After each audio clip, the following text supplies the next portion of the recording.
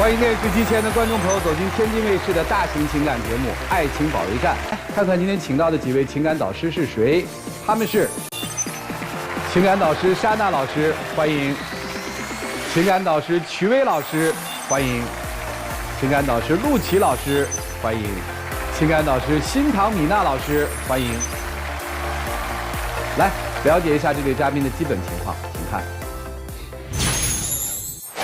他为什么总是不相信我呢？为什么总要提那些已经过去的事儿啊？他什么时候能考虑考虑我的感受呢？之前的心结我是真的解不开，我到底该如何面对这份感情啊？我到底应不应该再相信他一次？我每天工作都已经够累的了，感觉现在已经喘不上来气儿了。以后的路究竟该怎么走？我每天都在焦虑和怀疑中度过，我真的要熬不下去了。有请这对情侣，有请。 崔先生32岁，来自吉林新媒体摄像，有请；赵女士23岁，来自辽宁职员，有请。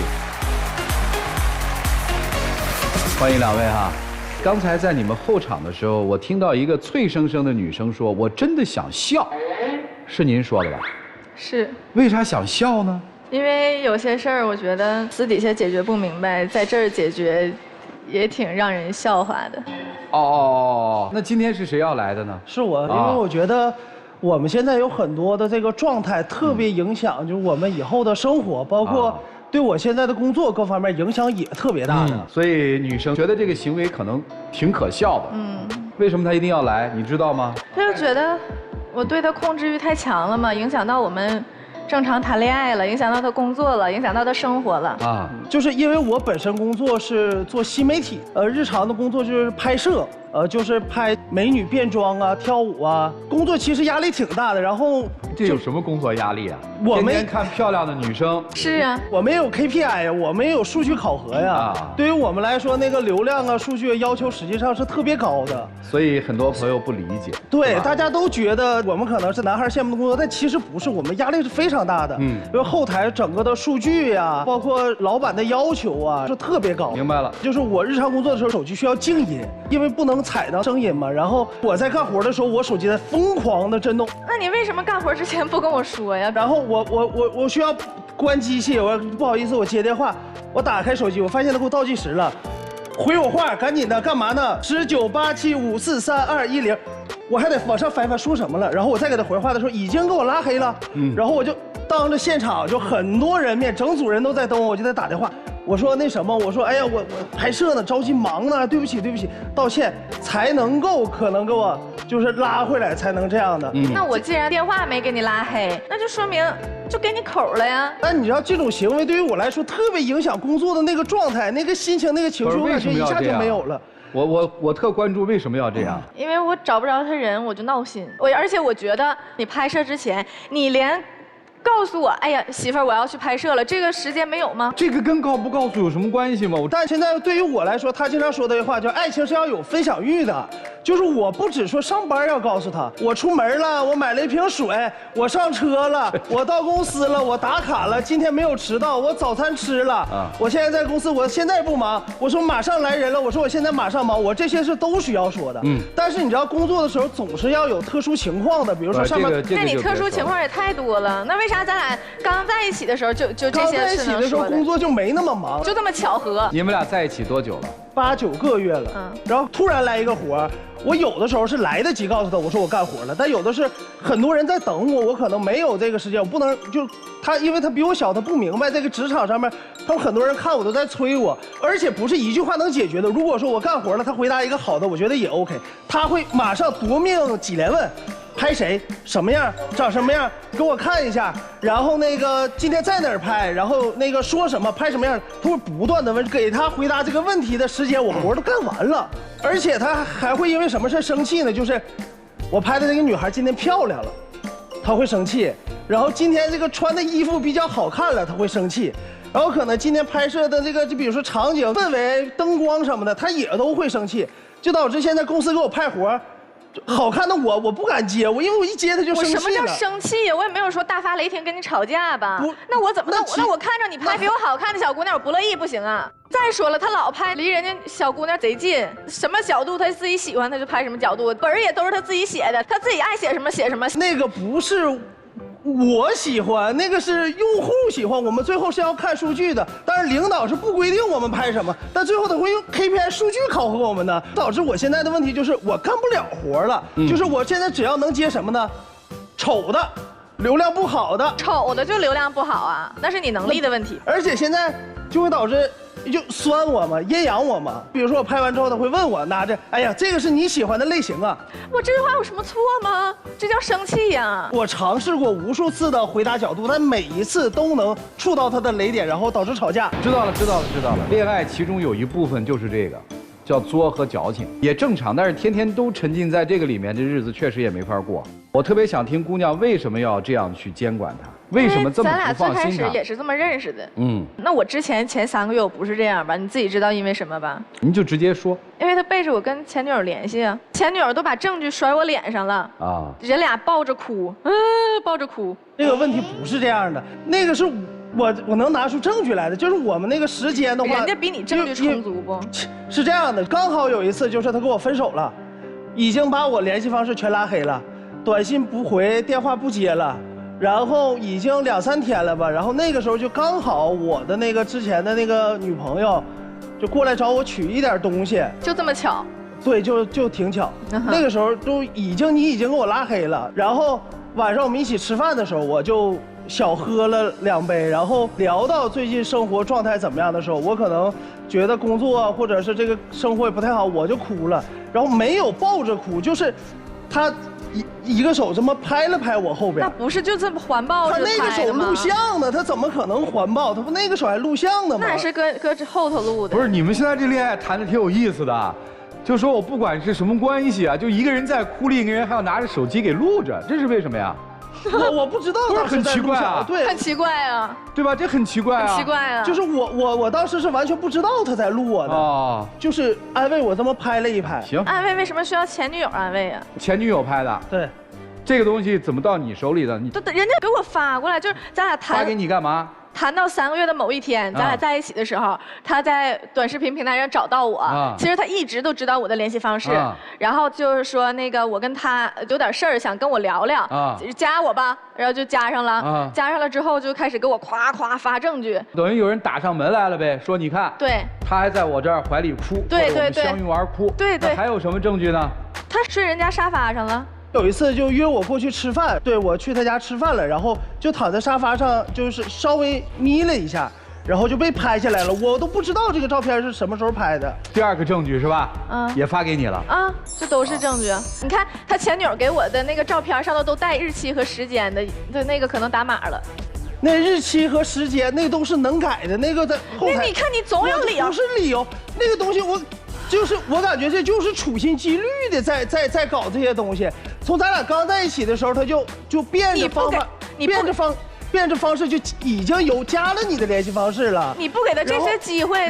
然后那天也是你知道的。然后我那前女友就直接给我发信息说那个你现在马上跟我和好。我就原谅你，你要不跟我和好的话，就是马上就要跟我俩搅和黄。我说你乐意搅和吧，我说我肯定不能跟你和好，我肯定不能跟他分手。然后那女的就加我，然后那就加他，然后跟才有的这个事儿。那不是这些都是你干的事儿吗？我感觉这个就都是收集证据的阶段，那你为什么有让他收集证据的机会呢？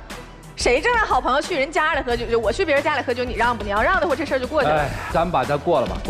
谈恋爱就好好的谈恋爱。怎么在谈恋爱期间还搜集证据？搜集完证据还不能分手？这分了手之后就拿这种东西来恶心人？这不是我收集的证据。我知道，我就在说这个行为方式成了什么了？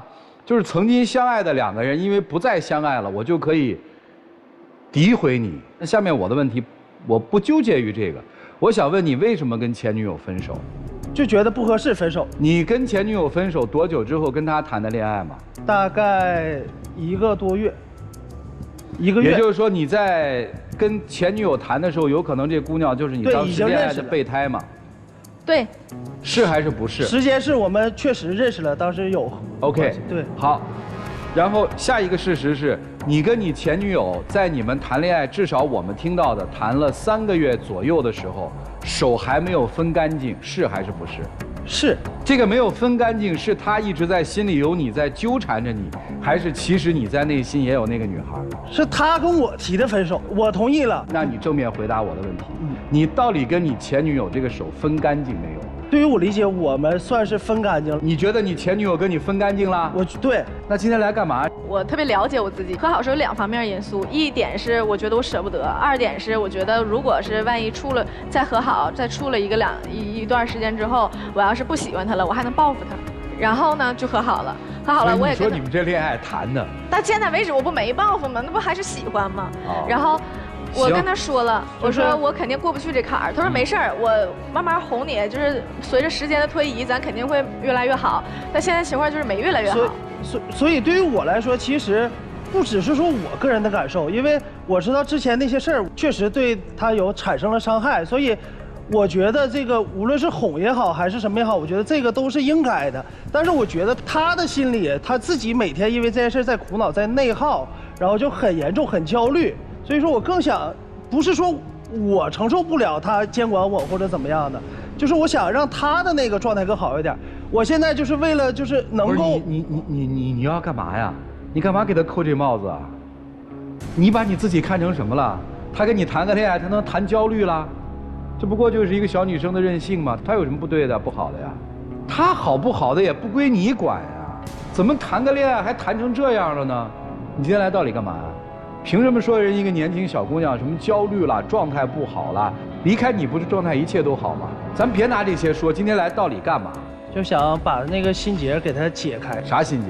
就是之前的那些事儿。之前啥嘛？不就跟前女友藕断丝连吗？就是我每天。我来问你，我就是跟前女友藕断丝连了。当时我的内心就是不坚定，我当时就脚踩2只船了。但是经过我慎重的选择。我决定把那条船踹开，我就愿意把心放在你这条船上，咱这事儿过不过？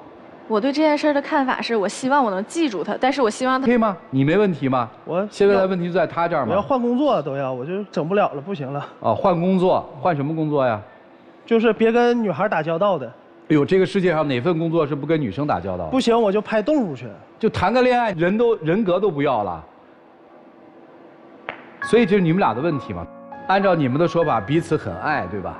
至少在你们的心里，你是这么觉得，你非常爱他，对吧？对。我为了他，我可以牺牲工作。女生也觉得很爱他，对吧？你看，我都忍了你所谓的藕断丝连、脚踩2只船，这对我一个女生啊，是多大的自尊的伤害呀！所以我也是爱你的，对吧？对。但是就好不了，对吧？我希望能好。但是他现在刻意的，他把我前女友的照片做成表情包，每天给我发1遍。警钟长鸣，然后我现在养成了特别自证的这个习惯，我在我自己家安了监控，能够证明我每时每刻几点在干嘛，他时时刻刻能看着，这样我能说得清。我没想让他安监，这不是我提的。今天来的目的是啥？就是想让他能好一点。那既然都来了，我觉得如果能解决这件事儿，能让这个恋爱比较健康的进行下去，能让我有一个健康的心态。他说的也对，其实我也每天都很焦虑，特别爱哭，就比之前爱哭很多。你以前谈恋爱谈的这么？我之前谈恋爱没有超过2个月的。对啊，不是这个爱情本身有什么问题，而是谈恋爱的2个人有问题。你们听听老师们的分析，让我们一起进入丘比特问卷。姑娘啊，你是在谈恋爱吗？你是在折磨你自己。你明知道你们的关系始于他的劈腿，你明知道他就是一个可以在2个女人当中摇摆的一个人，你也明知道他就是这么一个不自觉的男人，你也明知道他可以跟前女友藕断丝连，但是你义无反顾地说我要和你在一起。你觉得这种的男人值得你爱吗？因为他一直跟我的解释是他不懂。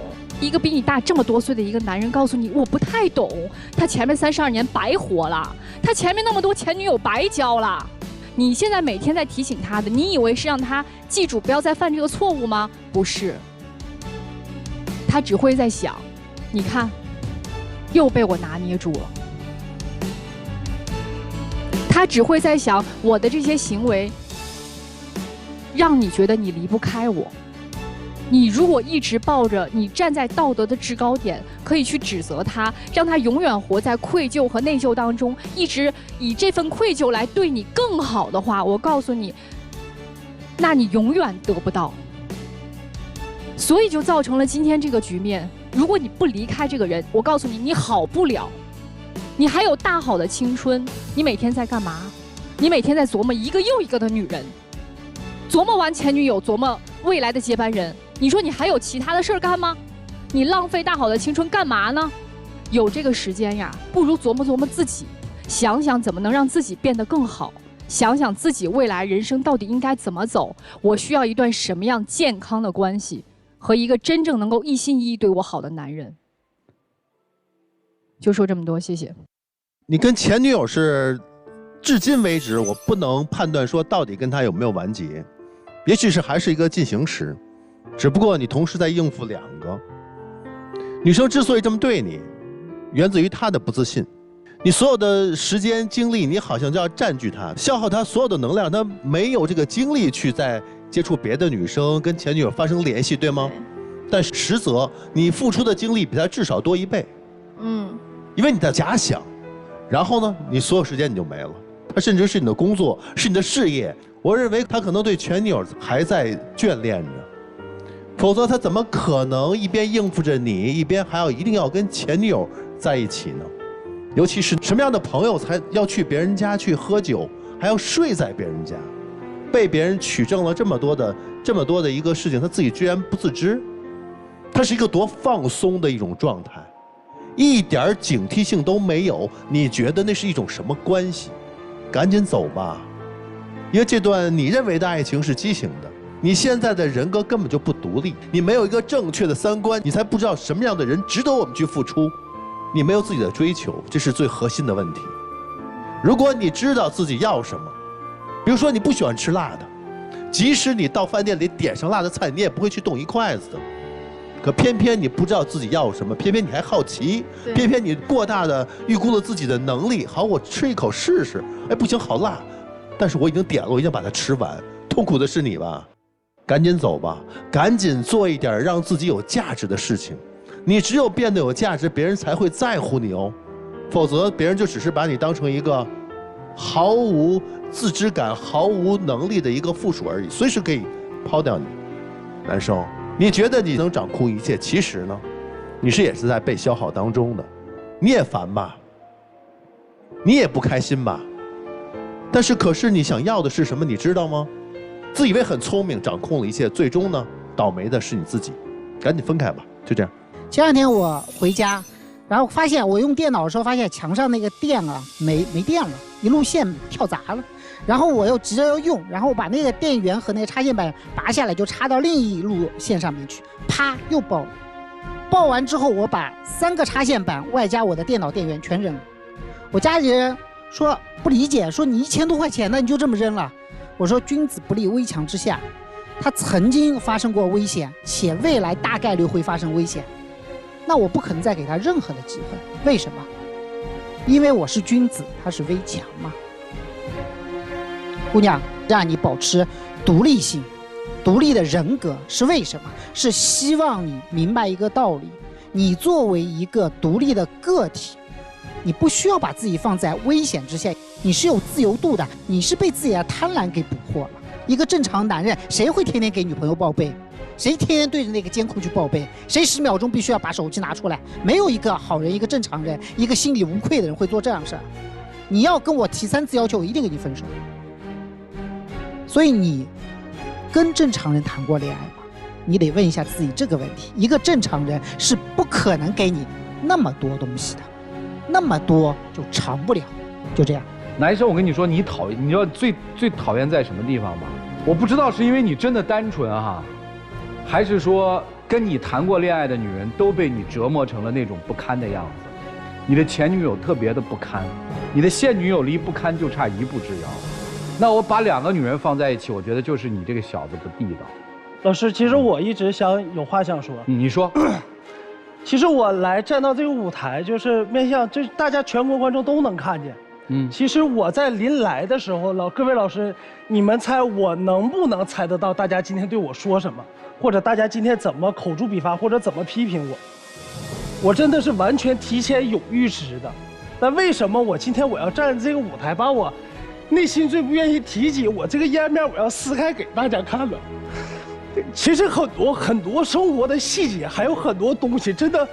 我承认这个东西，我曾经犯过错误，我真的能知道大家今天会怎么批评我，我真的能知道。但今天我决定站在这的时候，实际上我做了很多的内心斗争，包括我也想了很多，我也想给这件事一个我想让他这个有一个相对好的一个平衡，让我觉得不难过那一点是我们在最开始谈恋爱的时候，我知道我也知道各位老师的心情，我确实做了错事儿，我应该接受大家的批评，我也应该接受大家的指责。好了，这一套不用再来。OK， 我这一套不会来。小伙子，就是我跟你说，小伙子，你今天此刻的一个表现，就是之所以这个女孩在发现那么多糟糕的事之后，还给你机会的原因。你在自己犯了很多错误之后，我假装的诚恳，我痛不欲生，我愿意把我自己放到一个被审判席上，我愿意被你24小时监控行踪来换得一次机会。你用这样的一个方法，但是我们又不会上这个当。对，我知道。所以你这一套没用啊。对，这一套确实是没用的。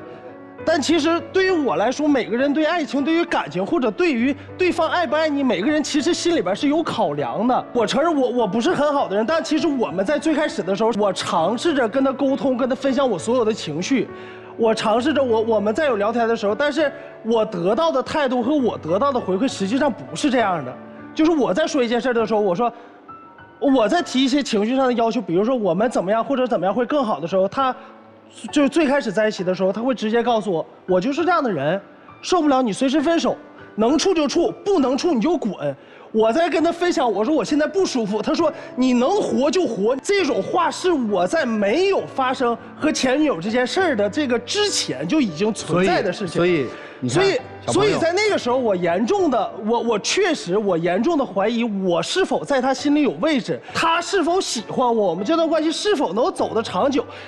刚好，真的是就是平均每周分手3到4次，随时失联。他只要说想，就是很简单，你给我举个例子。我说了这些比不好听的话，但是比如说你说我饿了，我会一边说哎那你饿死吧，然后我一边下一秒就给他点外卖了。我们今天聊的这个最核心的一个东西在哪儿？我们只想通过你们这点事儿，告诉年轻的在恋爱中的男女。如果一段关系从开始就是不舒适的，如果一段关系当中发生了巨大的不信任问题，那么请大家快速的去分手，不要留恋，很简单。这个就像我说你哭没有意义是一样的。对，我知道你想表达的是什么，其实非常简单。我说你又错了，因为你预想的和你今天看到的其实是2件事儿，没有任何人对你去指责。我们在看一段关系里面，没有什么阴暗。我们不质疑你的人品，跟那个没关系。我们要聊的就是在这段亲密关系当中所反映出的这个人的那一面是什么样的。其实我特别能理解你委屈在什么地方，但你委屈的点啊，是我和赵川老师或者几位老师我们一直在讲的事儿。我们说的是你们2个人的爱整体上都是有问题的。对，就是在相互攻击当中，努力的想要去取悦对方。我想跟所有看电视的人说，在恋爱当中，如果有人一味的攻击你，攻击呢，他就是不爱。最开始我也是这么理解的，最开始我也是，我觉得这事儿不正常，我觉得是这么理解的。但是随着相处之后，我发现，他真的改不了，他就是这样的人，他表达爱意的方式就是让我所以你就得去找前女友吗？你可以转身分手啊，但是你的方法是我找了前女友安慰我啊。就是至少有一个现实是摆在面前的，我可以告诉你。如果我跟一个女生谈恋爱，这个女生张口就跟我说分手和滚，每天说10多次、20次，我可以告诉你，不用每天说10多次，只要说3回，我转身就走，绝不会给她。昨天还让我滚呢，我告诉你为什么？因为我觉得她最基本的教养都没有，生活里的所有事情琐碎不需要一一讲，你要表达的最内核的是什么？你是想表达你爱她，你是真的爱她，还是要表达什么？我要表达的就是最开始我真的不理解，但是现在我真的觉得那是可能是他表达爱意的一种方式。我学着让我自己接受这种形式，就是直到昨天还这样，说不录了。我说后来这情绪又好了。我们俩现在的情况就是，我们俩只要在一起的时候，所以我们给开的药方很简单，分开。一个男人天天被一个女人骂你滚，一个女人天天被一个男人折磨，去上个班就想他是不是又找谁谁谁去了，那你们还不分手，你们要干嘛？这是爱情吗？想想吧，反思反思。所以这关系不健康。时间留给你们，一起进入真情60秒。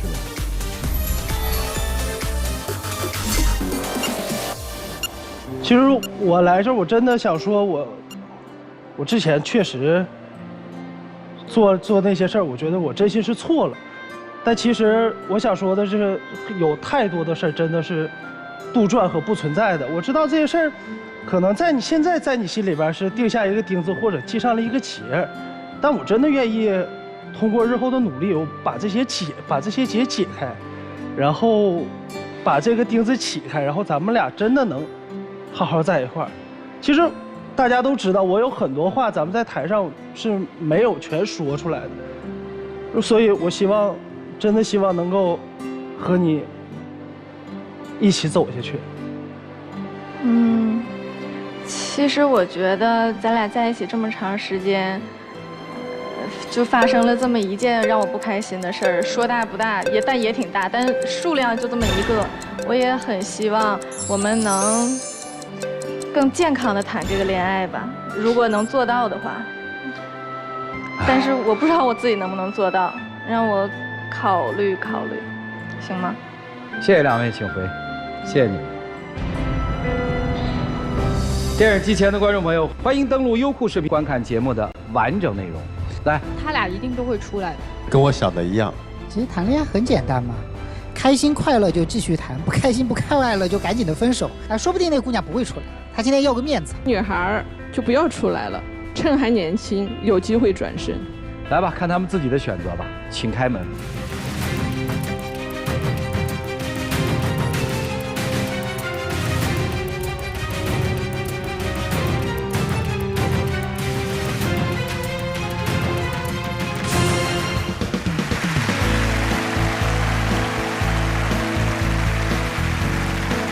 来见证属于他们的浪漫时刻，请看。我就是一个可有可无的存在，根本就感受不到他对我的爱。我甚至每天都没有他做的图重要。那人总有忙的时候吧，他怎么就不能理解我呢？他总是不分场合的在干扰我的行动轨迹和生活节奏，而且总是在事情变得非常糟糕的时候，还在分散我的精力。他对我特别敷衍，我真的很烦。现在根本不知道恋爱谈个有什么劲儿。他如果这么忙的话，为什么还要谈恋爱呢？那谈恋爱不就是相互进步的过程吗？为什么他总是看不到我的努力呢？有请这对情侣，有请。小曹21岁，来自辽宁学生，有请。小严21岁，来自辽宁学生，有请。欢迎两位哈，大学同学。对，我们的大学同学。啊，他追的你？是我追的。实际哥，我跟你讲，今天就是我想来的，我实在是受不了了。啊，知道，说说吧，我们听听。他是大3，我是大2，他每天根本就不像一个谈恋爱的样子，根本就找不着人，像没处对象一样。我不明白他到底心里是怎么想的。每天我们课后，还有就是假期节日，你想出去，我都会陪你去啊。就拿上司举例子吧，你求我帮你找那个兼职的工作。找好了之后，人家信息也提上去了，给你打了2个多小时电话，就是不接。我是学设计的，我当时正在忙我的作业，我们1个月就会有一个结果，然后进行一次作业的集合。我需要有一个安静的环境来进行我的课业的完成，还有我作业的一些结尾。那你那个时候你给我打电话，我肯定接不到啊。再说了，你如果有这种要紧的事情给我打电话，找不到我的情况下，你可以找我的室友啊。那能总麻烦别人吗？而且这需要你来确认，找他们算怎么回事啊？而且你就算是在那个阶段找到我，我也没有时间去。我就是没有你的那些东西重要，我是有证据的。这个是从5月份开始断断续续的吧，就是给他发多少个消息他也不回，不管是什么事儿就是不回。而且他手机他是在身上的，我不明白为什么要这样。那你要手机还干嘛呀？不是，我搁那儿画图，头都要爆炸了。然后你搁这给我分享日常，我回消息都会在我有空的时候，或者忙完了再回你消息。可是你根本就忙不完呢，你别说的好像我24小时黏着你一样。你每天抽出来2、3个小时陪我，这很难吗？你找我也不一定是就是说正经的事儿啊。就上次暑假的时候，我去兼职工作，大半夜的你给我打电话，你就说哎呀，可以玩游戏呀，让我陪你呀。我说我当时我累了，我真想就是睡一会儿休息休息。你说不行，就非得打，非得玩，还强迫你还吵架，那为啥呀？游戏当时不也是为了陪你才下的吗？你说啊，你陪我打点游戏，放松放松。那天晚上我不是也这么想的吗？我好心找你，结果我还有错了，给我呲一顿。你下这个游戏你自己玩的开不开心吧？我玩的挺开心呢。你玩的挺开心，你就不要说因为我怎么样怎么样，你已经获得这个游戏该有的价值了，对吧？这一天忙完了之后，我下边想躺一会儿，这个时候你给我打电话，我哪能爱接呀？哪能爱陪你玩游戏这种事儿啊？那我白天都找不着你人，晚上还找不着你人，那我处这个对象干嘛呀？我白天我在工作呀，工作的闲暇时期我还是回你消息了呀。该跟你说的时候，我自然就是掏出我自己的时间来跟你说了，对吧？我们俩现在就是有一个年级的差距。你可能就是说理解不了我现在有多忙。刚才说到的是夜里找他打游戏，他不陪，对吧？你有时候找他，他不回你的信息，他的理由是我在忙，我在工作，我累了，没错吧？没错。好，这个我们都可以理解。在一些特殊的时候，他也会这样的表达和表现吗，姑娘？就上次我过生日，我提前半个月跟他说，空出一天出去逛个街，约个会，这也拒绝，就是不去。他当时给那个小学生的孩子在做家教，就非要去补那个课，挣那100块钱。反正就是那么个情况。然后我跟他说的原话是这样的，我说我白天可以陪你，该吃饭吃饭，该逛街逛街，但是晚上这个我该到我干这个的时间，我需要去完成我的职责。他有什么事儿他也不会跟我说，他自己憋着。然后我有的时候我不理解呀，我就去安慰他，问他，他也不告诉我。那我那是不跟你说吗？那我设计那个东西，如果在规定时间内没有完成，它就算是作废。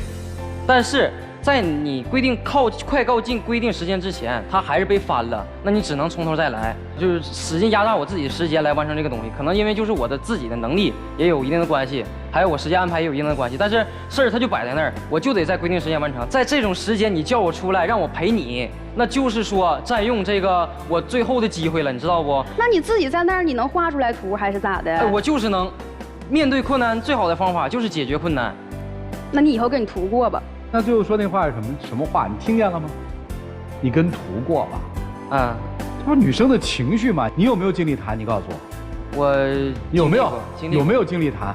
有经历。能满足吗？合理要求能满足吗？可以满足。你说这时间给的少，他不关心我就算了吧，他不该关心的事他都关心了。什么事儿？就是你说咱夏天的时候，就现在穿个这样小裙儿出去，很正常，对吧？很正常，他不让。穿裙子这个事儿，我特别有话语权，因为我那个有那个截图。咋了？就那个短的。哪个短的？左右都算，他右边那个他看不出来，左边那个跟他差不多。咋了呢？他俩差不多。那不就是日常穿搭吗？他要是不是日常穿搭，他能卖呀？我能穿吗？穿的长短问题，自己决定嘛，咱没权干涉。就当爹的对自己的闺女儿，不也只有建议权吗？因为我也是一个男生嘛，因为怕其他对他有觊觎的心理嘛。不就是大男子主义吗？你平常你又不跟我在一起。对呀，平常又不跟我在一起，我自己出去的时候，我穿点啥也不行。除了管穿，还有什么问题？就是这些小问题吧，放在一起实在是。男生有什么想吐槽的吗？女生一直在说。我很想说，我确实很喜欢学我的专业，我这一点都不掩盖。所以说我很努力的在学，因为学这个东西吧，对我们以后的出路啊和发展呢，都有很大的一些功效吧，只能说。然后我的对，就是现在努力，现在多苦一分，未来就多甜一分嘛。我是抱着这个心态去的。然后我的概念就是两个人恋爱一起共同进步嘛。我好好学，你也好好学，我们俩一起共同进步，有一个好点的未来。结果他自己的专业，他不是很喜欢，结果就导致他有很多的空闲时间，因为我们大学嘛，你要是想应付不挂，还是很简单的。懂。但是我的意思，你在平时多提升一下自己，利用一些空闲的时间，丰富专业的一些技能，然后跟我谈恋爱的时候，我们俩可以一起进步，对吧？我平常有做一些兼职啊，而且我也不是说什么我天天不写作业，我天天不考试这样吧。我虽然说我对这个专业不太感兴趣，但我既然选它了，我是不是得好好的应对它？那也不能像你这样啊。那你好好学习得了呗，你那么忙，你干嘛还要跟我谈恋爱？那我跟你谈恋爱，你自己开不开心？我最开始挺开心的呀，现在很烦。最开始的时候啊，我是大二的时候都是时间比较空闲，我们俩就是他现在的大二，就我以前的。我跟你说，你别再说了。你看你这话里有多少矛盾，你有多少重标准？因为我喜欢，所以我要努力学习。努力学习还分大二、大一、大二和大三呀，不是应该4年都是始终如一吗？我特别希望你真实想法就是这样的，特别好，而不是一个借口。你现在直接说嘛，跟他在一起是不是有点腻了？这个觉得有点占自己的时间了。烦是有，但是肯定对吧？就咱直接说不就完了吗？因为我们一会儿会告诉女生说，恋爱它是有阶段性的，比如说男生现在就在一个瓶颈期，他不太会给你怎么着，但是他不代表他不爱你，对吧？对，还爱他吗？还爱，但是他感觉不到你爱，可咋办啊？那我只能把时间的天平多向他那儿倾斜一点。哦，你也知道，啊，不行啊，影响你学业啊。那只能我们俩一起再进行协商呀。协商的来吗？协商的不来，现在。对呀，协商的来他就不来了呀，害怕失去他吗？害怕。真怕还是假怕？真怕。所以你今天要来的目的是？我就是想解决，你要是实在是不行的话，那就不用在一起了。我就是想知道到底是为什么，而且他特别的不关心我。在你之前的那一次，我的胃疼对吧？也是我有疾病了，然后在我的舍友还有我自己，共同努力下度过我这个疾病的难关。然后你自己有病的时候对吧？你的室友也照顾你，你就说我做的不到，那我做的不到。那我就反过来说，那你在我疼的时候，你做的也不到位，像你这么话说。行，那你说最后你今天来的目的，再说一次。想让他多陪陪我，平衡一下我和他工作那些图的时间，他起码给我一个正常人的恋爱。我不想过就是像自己一个人谈恋爱一样，而且最开始第1年的时候，他对我相当好。现在有反差嘛？对，落差感太大了。对呀，就是热恋期过了嘛。腻的话你就说呗，干嘛这么折磨我呀？就是要有点距离嘛。但他现在就除了这个，你就直接再说的具体点儿，每天怎么着你就合适了。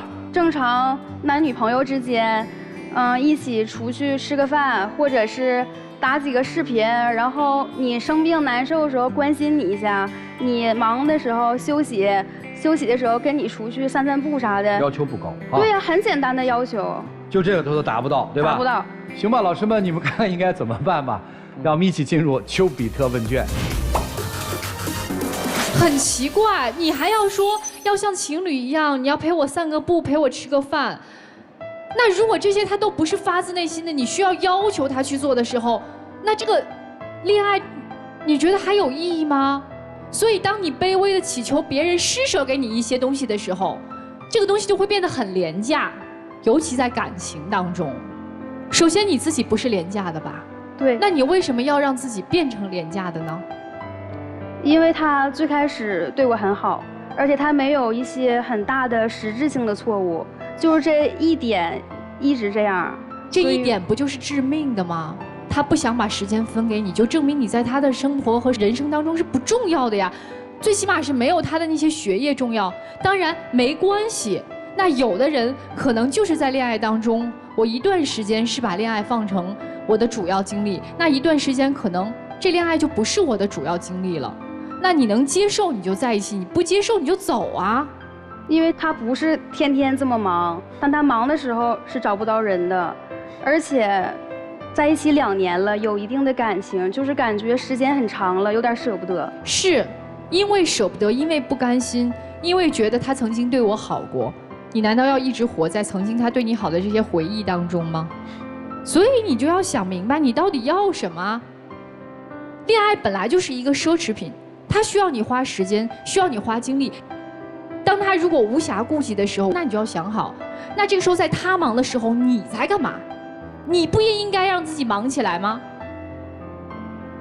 那有的女生她就很好的能平衡，男朋友在忙，那我也要找事儿做。这个时候2个人就共同往前走了。但如果一个人现在他需要把时间花在学业上，或者花在另外一件事情上，而另外一个人他依然是以前这样的一个时间分配，依然死盯着这个人，那这段感情他一定就会发生这样的问题呀。所以你不聪明的地方就在于这儿：第一，自己不懂得自己到底想要什么；第二，你又没有办法去处理面对现在这样的问题，没有这个智慧。那我想说的是什么？我觉得喜欢一个人是控制不住的。但如果你发现这些事情都不是我发自内心的，我觉得你也要真诚地告诉对方，否则的话，在这段关系当中，你们2个人都会很累、很疲惫。先说女生，你觉得现在仅仅是他多给你点时间，你们的恋爱就可以正常进行了吗？仅仅是他多陪陪你，你们俩感情就能升温吗？你还没有意识到有些变化已经在进行中了吗？以前他有时间，现在为什么没有时间？因为他面临的一个更大的一个选择，就是我现在到底要学习，还是要爱情？或者说我在我的一个重要程度排序当中，现在谁排在第一位？很显然是他自己的学业，同时他也觉得你们俩之间有问题了。这个问题来自于说，我们有年级的差异了。我们现在我在热爱我的专业，而你却不喜欢你的专业，他已经在向你发出质疑了。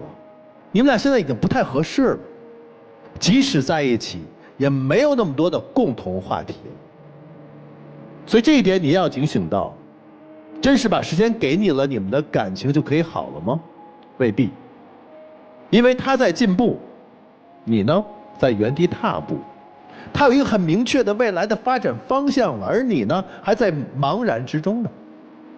你现在最重要的事情是恋爱，对不对？也不是的，老师。怎么不是呢？我觉得我的时间平衡也是可以的，我但是你并没有这么做呀，你并没有表现出来呀。他并不知道说你现在有很充实的事情去做呀，你们之间是有误解啊，所以你们沟通出现了问题。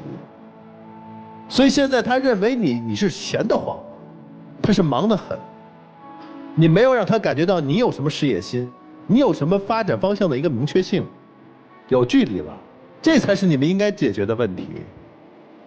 男生啊，你很忙，把自己搞得很忙，是不是？那请问现在你把你们之间的恋情摆在了第几位？专业第一位，挣钱第2位，他排在了第3位。不要用忙来伪装自己对他的忽视。这点来说，我倒希望这个女孩多穿几次短裙，好让你那个激起你的那个本性说，哎，我得关注她一些，因为你只有怕才能去关注。如果你的心不放在她身上多一点，你们的互相喜欢的程度就会变淡。你没时间陪她一阵子，你就没有机会陪她一辈子。最终啊，女生，你们2个人都要听着，最终要考核是自己。我对自己规划是什么，他比你更明确。你要把自己的学业找一个方向吧，别迷茫了。你未来要从什么工作，向他去多学学，好不好？你们俩在一起多交流这个，我觉得倒是促进彼此的一个成长。就这样。你们俩是恋，但是没有爱，为什么呢？我拆开给你们讲。恋是什么？恋是离不开，爱是什么？爱是喜欢和他在一起。你有没有发现一个问题啊？就你们2个人彼此之间是分不开的，关系是分不开的。想要和对方是恋人的关系，不可能跟他分手。但是，真的喜欢他喜欢的东西吗？不喜欢。真的有2个人在一起那种特别美好的状态吗？也没有。为什么？因为很简单，恋上你只需要你有一个好看的皮囊就行了。要爱上你，你得有一个有趣的灵魂。所以恋和爱是2个不同的阶段，他恋上了你，但没有爱上你。他为什么不爱你？因为他嫌你无聊。我没有说他对，没有说你错，我也没有说你真的无聊。我认为哪怕是一些浅层的趣味，它也是趣味，人是可以有浅层趣味的。但问题在于你们2个人目前很多趣味审美它没有在一条线上，这才是你们真正的问题。所以年轻人，我觉得你女朋友倒是对，就你确实在这段爱情里面投入时间太少了。为什么？你没有去和她一起培养你们真正的属于共同的趣味。如果你只是一味嫌弃他无聊，一味嫌弃他，哎，你找我这件事都是不重要的。好，你在自我的审美上把它隔离在外了，那你们的审美就不会再有重合的地方，那么你们就永远不可能真正的爱上，恋和爱就永远的区隔开。所以你们可以试一试，但不一定成功，也不要自视甚高。你才是个学生呐。月亮和六便士没有谁高，大家都需要，就这样。我估计你想说兼职是为了挣钱，挣钱是为了和女朋友更好的恋爱，是吧？是。可是如果现阶段女朋友都丢了，你要把这个钱花在谁身上呢？没关系，还会有下一个。这就是你们两个人的本质区别啊！你还在觉得说我要珍惜我们的现在，但他看到的是未来。未来里头有事业，有别的女人，但是有可能没有你，没有你其实不在乎的。很多时候，女人和男人在于忙不忙这个事情上会有不同的理解。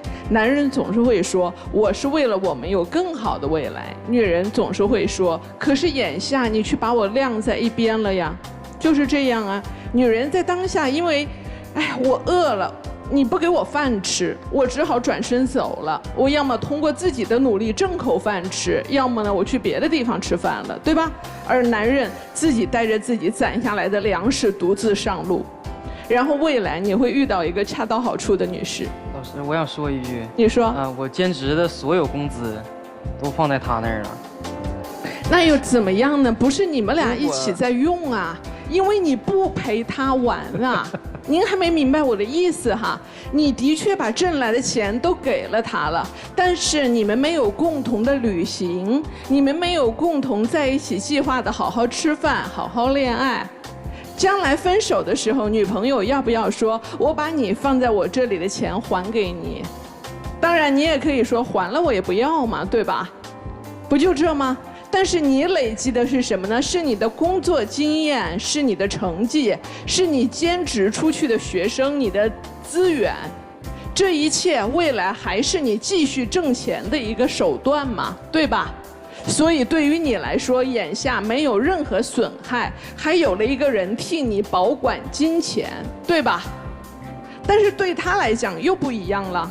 对他来讲的话，眼下因为你确实很无聊、很无趣，你不只是无聊，你是无趣，无趣到打游戏都不愿意跟你一起玩。如果你的游戏打得足够好的话，跟他一起玩能让他解压，你说他能够玩游戏自己玩，一边画图一边玩游戏吗？